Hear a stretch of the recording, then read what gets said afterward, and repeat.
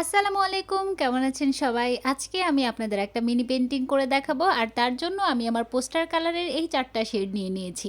এই ৪ টা কালার দিয়েই আজকে আমি পেইন্টিং করে দেখাবো আপনাদের। ও হ্যাঁ, আরেকটা কালার আছে, সেটা পেইন্টিংয়ের মাঝে আমি দেখিয়ে দেব। তো প্রথমেই আজকে আমি হলুদ কালার দিয়ে আকাশটা এঁকে নিচ্ছি, কারণ যেহেতু বিকেলের দৃশ্য তাই সূর্য ডোবার সময় আকাশটা হলুদই হয়ে থাকে। তাই প্রথমে আকাশটা খুব ভালোভাবে হলুদ কালার দিয়ে পেইন্টিং করে নিলাম। তারপর কিছুটা ব্রাউন কালারের শেড দিচ্ছিলাম, কারণ হলুদ আকাশে মেঘগুলো একটু ব্রাউন কালারই দেখা যায়। তাই প্রথমে একটু কালার দিয়ে তারপর আমার চিকন ব্রাশের সাহায্যে একটু করে ব্লেন্ড করে নিচ্ছিলাম, যেন মেঘগুলো দেখতে অনেক ভালো লাগে। তারপর আমার মেঘগুলো ব্লেন্ড করা শেষ হলে আমি কমলা কালার দিয়ে হলুদ আকাশের নিচে কিছুটা কালার করে নিয়েছিলাম, কারণ সূর্য ডোবার সময় আশেপাশের দিকটা হলুদ আকাশের নিচে কিছুটা কমলা কালার বা লালচে কালার দেখা যায়।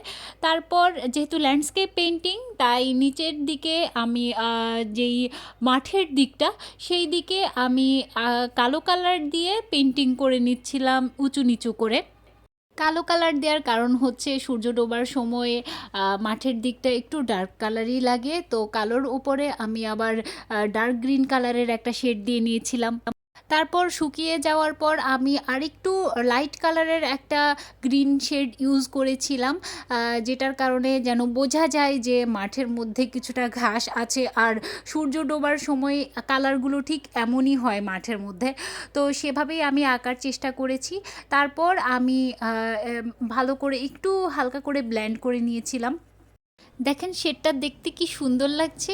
এই যে কালো ব্যাকগ্রাউন্ডের উপরে হালকা সবুজের একটা লেয়ার দেখতে আসলেই ভালো লাগছিল। তারপর মনে হলো যে মাঠটা কি খালি রাখবো, ছোট ছোট কিছু গাছ এঁকে দেই। তারপর আমার চিকন ব্রাশটা দিয়ে ছোট ছোট কিছু গাছ আঁকার ট্রাই করলাম। এত ছোট গাছ আসলে আঁকাটা একটু টাফ মনে হচ্ছিল, তাও চেষ্টা করলাম ছোট ছোট অনেকগুলো গাছ আঁকার। তো ক্রিসমাস ট্রি আঁকছিলাম কিছু, যেন দেখতে ভালো লাগে। তো ছোট ছোট গাছগুলো এঁকে ফেললাম, কয়েকটা ৩-৪টা গাছ এঁকে দিলাম। তারপর মনে হলো একটা বড় গাছ এঁকে দিই, না হলে ভালো লাগবে না দেখতে। তারপর আমি মাঠের ঠিক মাঝখান দিয়ে একটা ছোট গাছ এঁকে দিলাম। তারপর বড় গাছ আঁকা শুরু করলাম আমি। আর আমার সবগুলো গাছই আমি কালো কালার দিয়ে পেন্টিং করেছি। অন্য কোনো কালার আমি আসলে গাছের জন্য অ্যাপ্লাই করিনি, যেহেতু সূর্যের অপোজিটে গাছগুলো দেখা যাবে কালো কালারই মনে হয় গাছগুলো নর্মালি।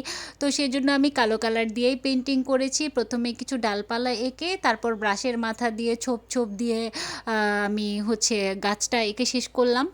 আর বিকেলের দৃশ্যতে হলুদ কালারের আকাশের পেছনে কালো কালারের গাছ আঁকলেই আসলে দেখতে ভালো লাগে। তাই আমি সেই চিন্তা করে কালো কালার দিয়ে গাছগুলো এঁকেছি। আর এই যে আমার পেন্টিংয়ের ফাইনাল লুক কেমন হয়েছে বলেন তো। ছোট্ট একটা পেন্টিং ছোট্ট একটা কাগজে আমি করলাম, আর আমার কাছে আসলে দেখতে নিজের কাছেই ভালো লাগছিল। আর কালারটা সামনে থেকে অনেক বেশি সুন্দর লাগছিল, অনেক বেশি উজ্জ্বল লাগছিল, যেটা ছবিতে বা ভিডিওতে আসলে একদমই বোঝা যায়নি, যেটা সামনে থেকে আসলে চোখের সামনে ধরা পড়ে। এত সুন্দর একটা কালার কম্বিনেশন আর এত সুন্দর একটা দৃশ্য। ল্যান্ডস্কেপ পেইন্টিংয়ের জন্য আমার কাছে সবসময় বিকেলের দৃশ্যটাই আসলে ভালো লাগে, আর আঁকতেও আমি অনেক পছন্দ করি বিকেলের দৃশ্যটা। তো আপনারাও চাইলে ট্রাই করতে পারেন এই ছোট ছোট পেইন্টিংগুলো। আর আমার পেইন্টিংটি কেমন লেগেছে অবশ্যই জানাবেন। সবাই ভালো থাকবেন।